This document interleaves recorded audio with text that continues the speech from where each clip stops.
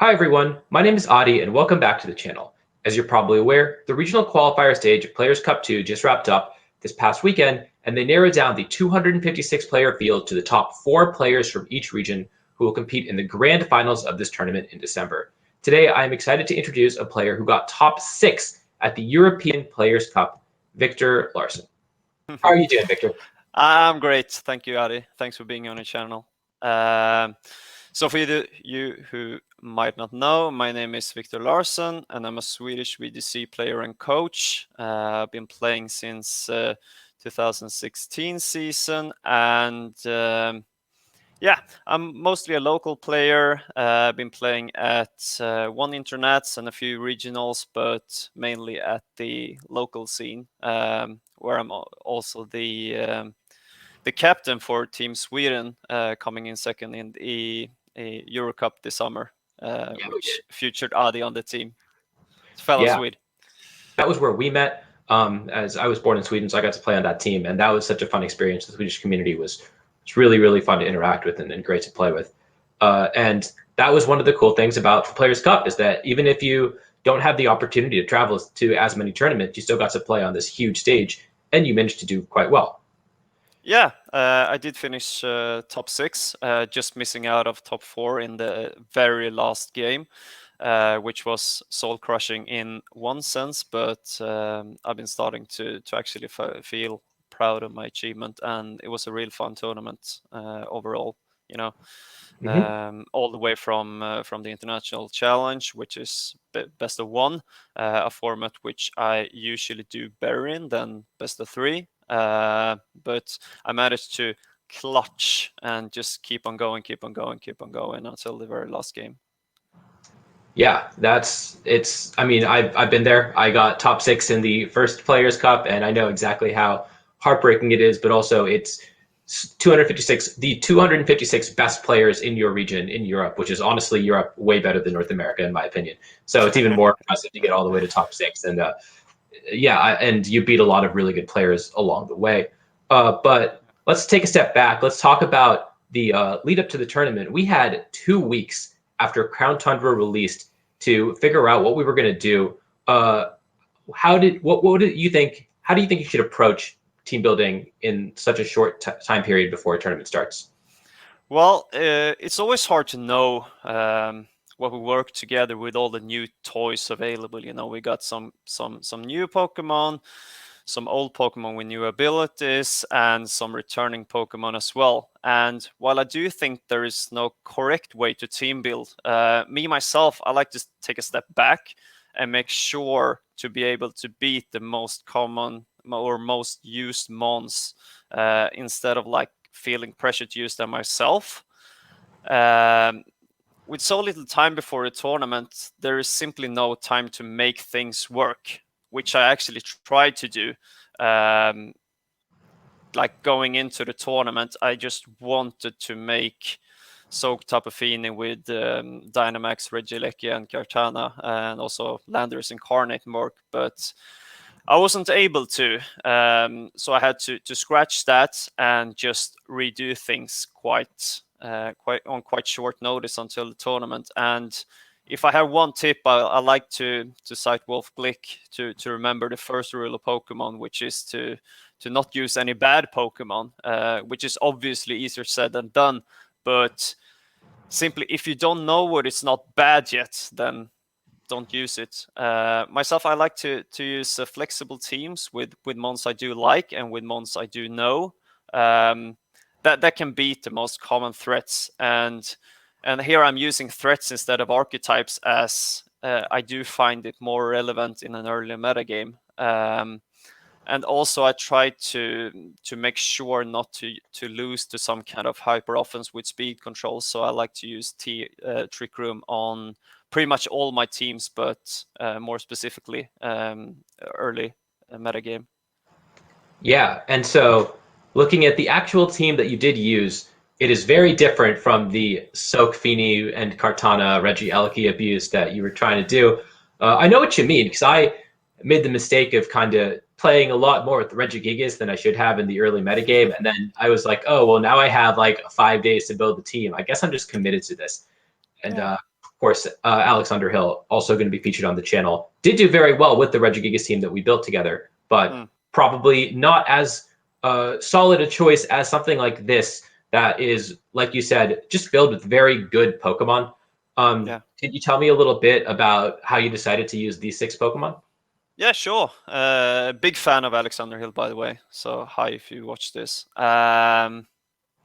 So if you start from the top then with Volcarona, which was apparently not used that much at all. And I do find it to be the most flexible mon on the team. It can be used with fast mode or slow mode to help set up Trick Room. And the thing that I do like about it is that all 4 attacks does something different, you know?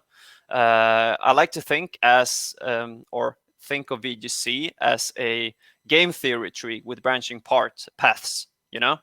Where you're trying to end up in a winning position in the end. And Volcarona brings, like, even though every mon has got 4 moves, it does enable, like, I think it's more clearly different paths. So it's a very flexible mon to, especially as a lead.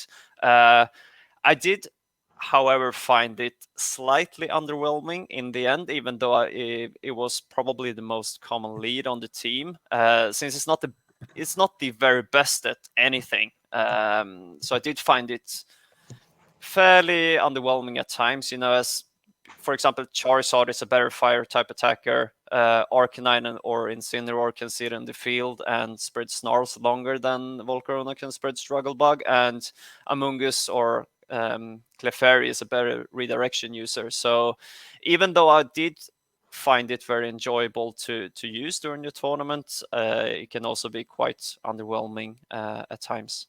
Yeah, that's something that, but the one thing that it does get to do is it gets to fill all of those roles, which is really cool. You get to get a lot of role compression with the Pokemon, and so that's something that, so the 2 things that I think it really gets to do, along with the special attack mitigation with Struggle Bug, is provides fire coverage, and I think teams are really struggling to find fire coverage. They're using, like, Entei has felt pretty mediocre this format, even though it has decently high usage, and then people are just kind of relying on Incineroar, which does take a lot of damage from the 2 biggest steel type threats in Metagross and Kartana.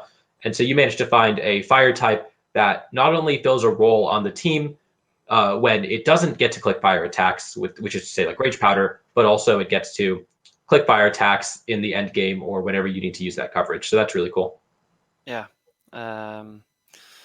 So going to Glastrier then, which was probably the least used member of the team. It's great against the teams that just simply cannot stop Trick Room or relies on Tailwind and or Max Airstream to win. It has decent synergy with Stakataka, but shares some weaknesses and must rely on non-stab moves to hit steel types. It might, however, snowball with Max Knuckle, Beast Boot, and its own ability, Shilling Neigh. But it was probably the least used mon on the team since, in a lot of matchups, I just couldn't find uses of it if I couldn't go for a more hard Trick Room route to win that game. Yeah, definitely. Glastrier has, to me at least, felt like one of the strongest Pokemon. I know we saw a couple other very strong Moltres-based teams that also abuse Glastrier as sort of a secondary mode. But you've got a Stakataka, which also seems like it really wants to Dynamax because of its lonely nature, attack boosting stats, and the Beast Boost.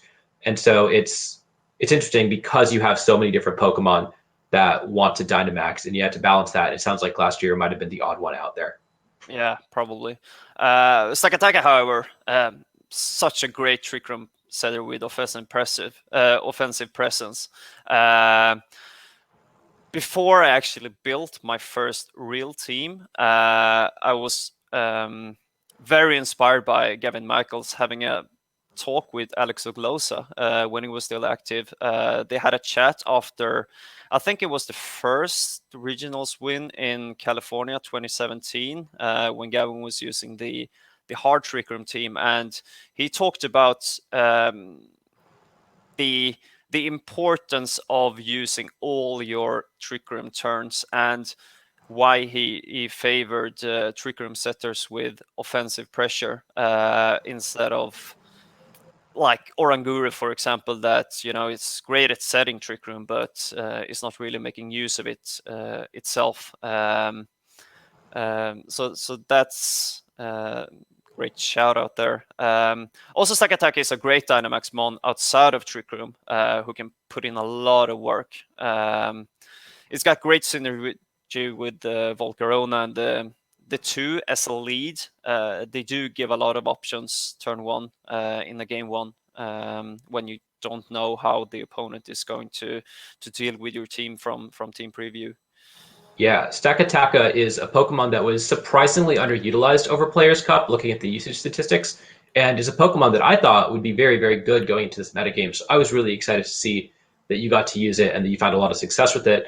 Because, like you said, it's a very proactive Trick Room setter. The Trick Room setters otherwise in this format are like Dusclops, which it can like do a decent amount of damage with Nightshade, but it's really not a damage dealer. Whereas Stakataka, especially with the spread and the stats that you gave it, where it does get attack boosts every time it takes a KO, you really get to steamroll teams with it if they're not prepared for it. And then the other thing is that before Players or during Players Cup, we saw Nihiligo put in a lot of work and grow in usage, largely because of its rock type coverage. But Stakataka is another rock type that also just does a lot of damage with its rock type moves and hit all of the like omnipresent flying types that are in this metagame, be it like Thundurus or Moltres or there's others. I'm just forgetting them off the top of my head. But yeah, there's a lot of flying types newly introduced in this format. And talking about Nihilego, Stakatakakaka is a great switch-in for Nihilego, as it's able to take a boosted hit, get Trick Room up, and then just steamroll it back, pretty much. So Moltres is the next one then. It's just a great new mon with great stats.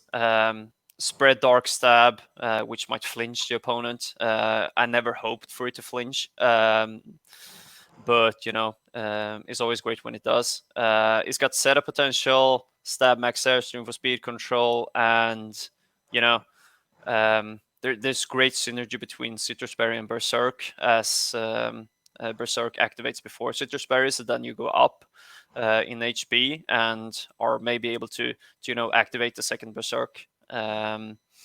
It's also one of the Metagross checks on the team, which was a mon that I was quite scared of coming into the tournament, but didn't really want to use myself. I don't want to talk too much about the EV spread since it's still a work in progress. But what I can say is that it speed ties with Team and Max Speed Amoongus +1 speed, which was it did bring me into a few corners during the tournament. Mm-hmm. That's good to know. And so maybe investing like one additional point to speed might have been worth it there. But Moltres found a lot of success, at least in the North American. I don't have as much info into what happened in the other brackets, but in North America, Moltres really overperformed, took 2 of the top 4 slots, and like you said, largely because it's just a good Pokemon. It has a lot of really good stats, and so it gets to, and it has a good ability in Berserk. Berserk is like, it's a Berserk ability. It gets to give it additional special attack boosts. It's bulky enough to give off nasty plots. You have redirection to support it getting nasty plots up. And so, and then on top of that, it's a Pokemon that I like to think of as having positive luck in that it doesn't need to get those flinches with Fury Wrath, but the fact that it's basically a dark type Rock Slide, and like we all know how much Rock Slide gets flinches and then loses you games because you get flinched because of Rock Slide, especially in past formats. And now you have the same thing, but on a Pokemon that is so much stronger and can abuse it better than I think any Pokemon has been able to abuse Rock Slide in the past. Yeah, totally agree. And it's just a great new Pokemon, and just I felt certain that it could follow that first rule of VGC. Don't use any bad Pokemon. This is not a bad Pokemon, and that's quite clear for everyone that has used it before. I've seen it a lot with screens and weakness policy, and that set works as well. is proven to be very effective in the meta game. And so one other synergy that I really like on this team, I've seen most of the Moltres teams have some form of redirection, be it Clefairy or Amoonguss. And like you said, you want to fully make use of Trick Room turns. You also want to fully make use of your Dynamax turns, right? And it's just the same way. It's a resource that only lasts for 3 turns. And those teams that have Clefairy or Amoonguss, usually you're setting up with a Nasty Plot and then you're Dynamaxing. And if those Pokemon are still on the field, they aren't really benefiting from those Dynamax speed boosts and special defense drops that Moltres is giving. And so what I really like about Volcarona is that it not only provides the redirection for Moltres to get up its special attack boost, but also if it's still on the field, it is doing so much damage once you start getting those special defense drops, and it is really, really hard to outspeed once it gets those speed boosts. And so I think that synergy is really cool and something that I would like to explore in the future for sure. Yeah, I had quite a few questions about that, and there are people that find it very interesting. And yeah, it's just a great Pokemon, to be honest. It does so many different things. So going into Urshifu, then the second one, I think that I saw some statistics on Twitter from the North America region, and I didn't see either Urshifu War or Volcarona in the getting more than 5% usage. But I think that Urshifu War is an overlooked mon when Tapu Fini is on more than 50% of all teams. I think that if it wasn't for Tapu Fini, I think that more people would have explored Urshifu War by now.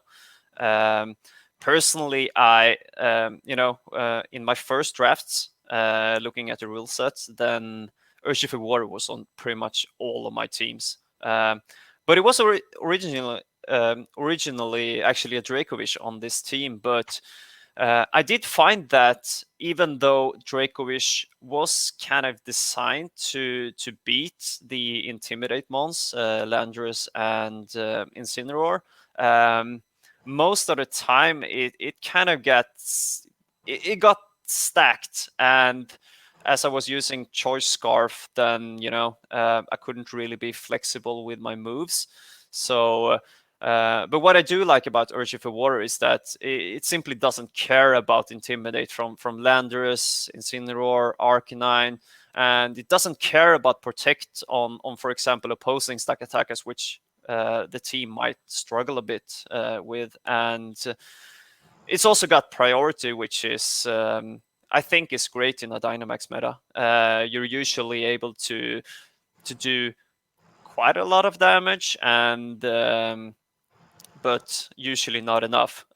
So I during the 2020 season, I've liked having a few priority moves on my team to be able to just pick up what's left, and also make sure that things doesn't snowball out of control. Yeah, for sure.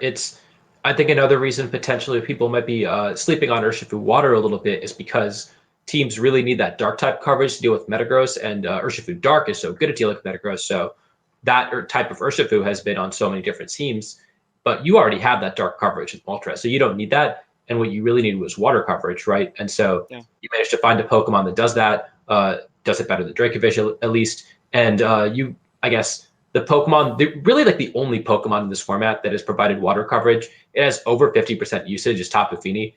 It's just like by far the most used Pokemon. And people, and the ability to look past that and find a water type that might fit better on your team was really, really good. And it looked like it worked out really well for you. And Urshifu Water, I think, really needs to be more explored a little more in the metagame, because it does have those two really, really good attacking types. And at least if you can afford not to run an Urshifu Dark on your team, should definitely be strongly considered, especially since you have a Rillaboom on the team and you don't really want to put a Misty Terrain Pokemon next to your Grassy Terrain Pokemon. And never had any success with other than a Scarf Tapu Fini, so it doesn't really fit my playstyle. So yeah, I was never too intrigued to actually use it. Yeah, but the last mon is Rillaboom, and I have to be honest with you, it's more or less just slapped on the team to deal with Tapu Fini, Road and Wash, to help with sand and so on. It could have been a more flexible set. But this one it brings a lot of pressure on super effective targets and might go for a U-turn if I predict something to protect or switch out. It also provides aggressive terrain for Stakataka, which I find is quite nice. It's had the least amount of thought process put behind it, but it hits like a truck. Yeah, definitely. We saw Choice Band Rillaboom win Players Cup 1 on a slightly different team, of course, but I guess it also had an Urshifu water on that team too. But it's such a great damage dealer, especially in the end game with that priority Grassy Glide. You talked about how much you wanted priority in the end game, especially, and so this is another great priority move user. And yeah, I can like Stakataka is so physically bulky, but it can't really take earthquakes very safely unless you have that grassy terrain. Yeah. And like you said, Tapu Fini, probably a big problem. A lot of your Pokemon don't really enjoy taking attacks from it. And so having a way to just OHKO it immediately, especially, like, do you know how much damage a Choice Band Grassy Glide does to Tapu Fini if it Dynamaxes? Not sure about Dynamax, but I usually just left Rotom Wash, Tapu Fini, monsters like that, and start to prioritize the other mon, and then just come in Rillaboom and just take it out. Yeah, I know that, like, if I'm facing down a Moltres, for example, and it's Dynamaxed, I really want to Dynamax a Pokemon that can live attacks from it. And so my thought is that, oh, well, I'm just going to Dynamax my Tapu Fini. But then if you just bring in your Rillaboom, you have a chance to just do way too much damage to it, potentially OHKO it. And then, I've lost my Dynamax and lost my main Moltres counterplay. So I definitely see a lot of synergy between the Rillaboom and the Moltres modes of the team, the Rillaboom and the Urshifu Rapid Strike and the Stakataka. Lots of really, really strong synergy all around with that Pokemon. Yeah, no, I totally agree. So can you talk me through some of the common game plans that you used for this team? Well, as I said before, it's a quite flexible team, but Volcarona is even though I did find it slightly underwhelming in the end, it was a great lead to be able to bring next to Stakataka, next to Moltres, maybe even next to Rillaboom if I just wanted to scout something out and go for a U-turn protect, something like that. So Trick Room is one component of the team. Try to set up with Moltres, and Airstream is another component of the team. But mostly it's try to react to the opposing team and see, well, what do you want to do, and how am I going to be able to stop it myself? It's not really a gimmicky team that tries to have the same lead each game and just try to steamroll. It's not Regigigas, Mm-hmm. And it sounds like a team that's a little more reactive, like yours, might benefit a lot from the open team sheet format of the Players' Cup. Yeah, I do find that myself. So. And so, what do you think of? So you did play in Players' Cup 1, right? Yeah. So what were your thoughts on the format of Players' Cup as a whole and the open team sheet, double elimination, and how do you, and maybe how the differences between Players' Cup 2 and Players' Cup 1 were for you? The main difference is that I got knocked out quite early in Players' Cup 1. I did play a bit more gimmicky team, so to say. I did play I played with Indeedee, Hatterene, Torkoal, Venusaur, and I can't even remember the second one. Yeah. But I do, however, like the format with open team sheets. Like, since there are no surprises regarding unknown items moves, I do think there is less variance in a set of games, and game one doesn't have to be part information gatherings for moves and items. Like, I know that is somewhat of an art by itself, but I do think that open team sheets are more competitive than the lack of it. I think it should be implemented at regional tournaments and above, and like added to what I just said. I don't think there should be any disadvantage to be on stream, and that's a factor I do like with these open team sheet formats. The only cons I can think about is that, you know, some players will think it's less fun to play when people don't know about their Scarf Cheer Cold, and if you do have a large team behind you, that might be an advantage. That might not be the preferred direction for some people, but yeah, I do really like the format with open team sheets, just to be able to see what you're facing. You can do a game plan before, and there's, you know, less stress, less variance, and I do think it's more competitive. And Yeah, I completely agree. I would love to see this, especially in the top cut part of regional tournaments in the future, especially, yeah, because you have an entire day or an entire night to prepare for your opponent, and if you don't have full information about them, but they have full information about you because one of their friends played you, you are in at such a huge disadvantage. And so this really evens the playing field.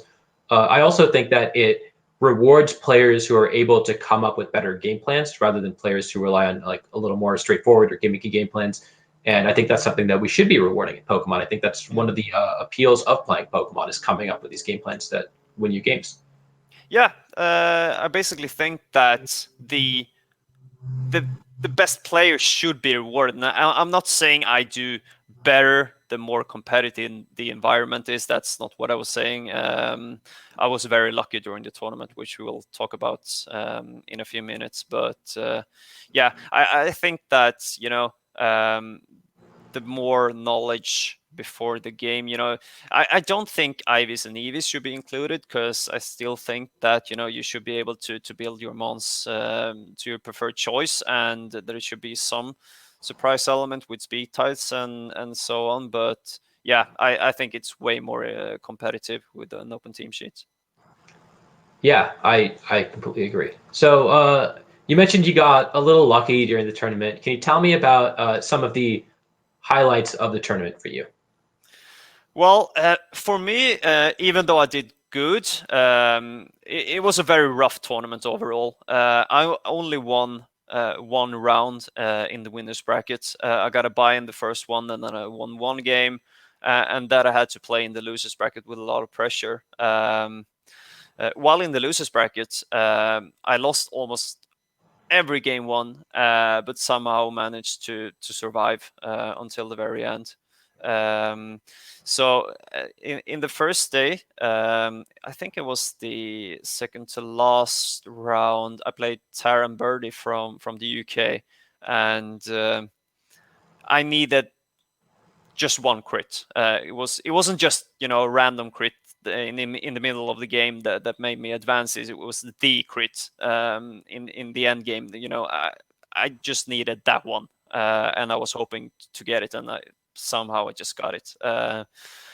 But yeah, so there was a lot of pressure. I managed to win the rounds, even though I almost always lost the first game. So I guess I was a bit lucky during the tournament. Yeah, but also that first off, you played a ton of games. I think you must have Yeah. played what, 8 games through the tournament, and went like 6-2 or something, right? Like that's just still a really really strong win rate. That top cuts most regionals, and Yeah. it's this, like you said, you have to play under a lot of pressure and do really well and consistently do well. I don't think you can. Everyone who does well at a tournament gets a little lucky at times, but to be able to to win that many games, it there's a lot of skill involved. There's a lot of, and also against so many good players. I know you say you played against Baz Anderson, you played against Desu, you played against Taran, all top tier players in Europe, and so Yeah. it's very impressive to see you come up on top of all those players and come oh so close to qualifying for the grand finals of this tournament. Yeah. Well, thank you so much for coming on. It was great having you. It was great hearing about this very unique and like team that I really want to try out. I'm really excited to play with it. And Mm. do you have any shout outs that you want to give or last words? Just to the Swedish VGC community, which was so supportive during the tournament. So there's like No one in particular, but everyone was just so supportive, and also David Degerman, another Swedish player, which was unfortunately knocked out. I think it was the first game in top 16, but I was so happy when he made it to top 16 as well. Almost more happy than me advancing myself. Yeah, it's great to see some Swedish representation on the European stage. And if you want to follow Victor on Twitter, you can follow him at VGCTOR. Clever, Quite straightforward. a clever little name on that. And if you annoy him enough, he might tell you what his Moltres spread is. So make sure to go follow him. I only told you the bad parts, So yeah, well, again, thank you so much for coming on. It was great having you and great talking to you. Thank you. It was a pleasure.